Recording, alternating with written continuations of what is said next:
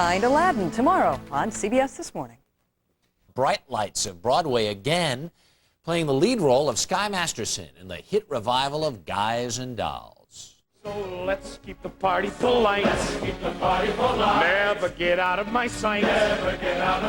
Stick with me, baby. I'm the fella you came in with. Luck be a lady. Luck be a lady. Luck be a lady. Luck be a lady. Luck be a lady.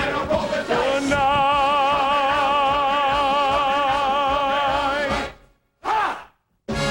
Whew. And Tom is up awfully early for a Broadway star. Good morning. Good morning. That's the first time you've seen yourself? Yeah, I haven't seen any of the tape on the show yet.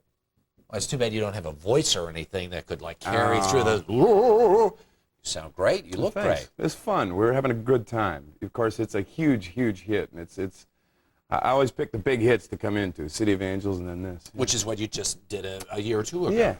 What is that like then to have a great big hit, and then they come to you and say, "We want you to come and take the place of the big star," because there are a lot of people who buy tickets ahead of time thinking they're coming to see, in this case, like a Peter Gallagher. Mm-hmm. Do you have any second thoughts, or do you say, hey, does it make you a little nervous? It depends on the show, really. In this case, this show is pretty much, it's a traditional type of musical. And the characters are so caricatured that I came in and the part seemed pretty well drawn out, pretty well defined. And I just, added my own personality to it, and especially vocally, it's a little bit different now. Yeah. But what a great show, and the buzz in there must be just terrific. Yeah, it's terrific. It's a lot of fun. In other cases, like with City of Angels, I was replacing Jim Naughton, and that part was a lot more complicated. That was a lot more things to do and a lot more intricate. And there, I copped a lot of what he did. Yeah. It's interesting just to have watched this whole journey of yours over time, because now we know you from Broadway. There's a whole other part of you that spends, how many days a year on the road singing country music?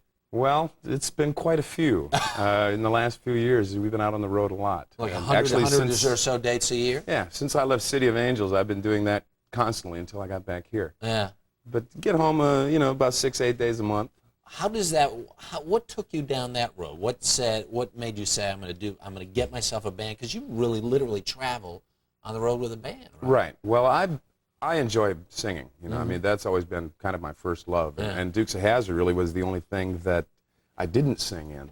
So I had the opportunity to record. I've had 4 albums, and although I haven't had quite the commercial success album-wise that I would have liked, it's a lot of fun. It's a good time. There's a picture over my shoulder. Oh, dear. When you look at that picture. They're so young.